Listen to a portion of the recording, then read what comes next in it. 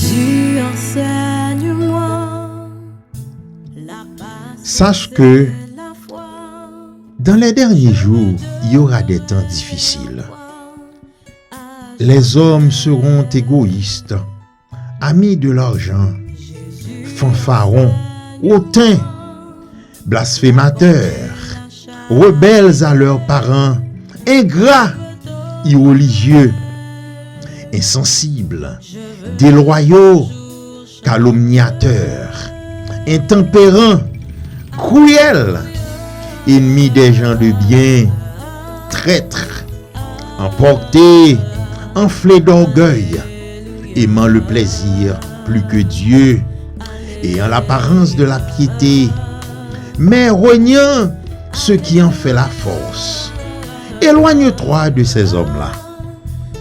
2 Timothée 3, verset 1 à continuer. Mes très chers amis, ce passage est un extrait d'une lettre de l'apôtre Paul à Timothée, son fils dans le Seigneur. Ce n'est pas seulement une lettre, mais pour moi, c'est aussi une sorte de demande, pour ne pas dire un conseil, ayant une portée prophétique. Car apôtre Paul avertit Timothée que dans les derniers jours, des temps difficiles surviendront. Il décrit une humanité marquée par l'égoïsme, l'amour de l'argent, l'orgueil et l'absence de véritable piété. Mes chers amis, ce tableau n'est pas seulement une prophétie lointaine, mais un miroir de notre société actuelle. L'homme, centré sur lui-même, s'éloigne de Dieu tout en conservant parfois une apparence religieuse. Cela nous rappelle que la vraie foi ne se limite pas à des paroles ou à des traditions, mais se manifeste par une transformation profonde du cœur. Paul met particulièrement en garde contre ceux qui auront l'apparence de la piété, mais renieront ce qui en fait la force. Il s'agit d'un danger subtil. Vivre une foi superficielle et extérieure, sans puissance réelle. La véritable piété, mes chers amis, produit des fruits visibles. L'amour, l'humilité, la patience et la sainteté.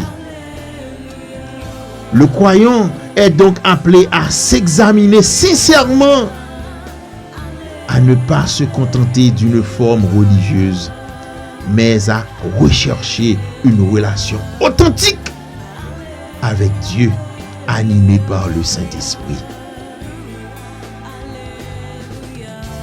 Enfin, mes chers amis, l'exhortation de Paul à Timothée, éloigne-toi de ces hommes-là, nous rappelle à la vigilance.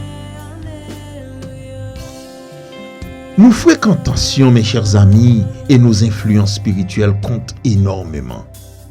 Il ne s'agit pas de juger ou de rejeter les autres avec dureté, mais de préserver notre foi et notre marche avec Dieu, en demeurant attachés à la vérité de sa parole, et en cultivant une vie de prière. Une vie de prière et de consécration totale. Qu'il en soit ainsi. Amen. Amen. Amen. Prions, mes chers amis. Seigneur, nous te remercions pour ta parole qui éclaire nos cœurs et nous avertit. Aide-nous à ne pas tomber dans une foi superficielle, mais à vivre une relation sincère et profonde avec toi. Seigneur, purifie nos cœurs de tout orgueil, de tout amour du monde, et remplis-nous de ton esprit, afin que notre vie reflète ta sainteté. Donne-nous le discernement pour marcher selon ta vérité et la force de rester fidèle malgré les temps difficiles. Sur ces Père, nous te réclamons paix, amour, sagesse. Qu'il en soit ainsi. Amen. Amen. Amen. Merci Seigneur. Merci Seigneur.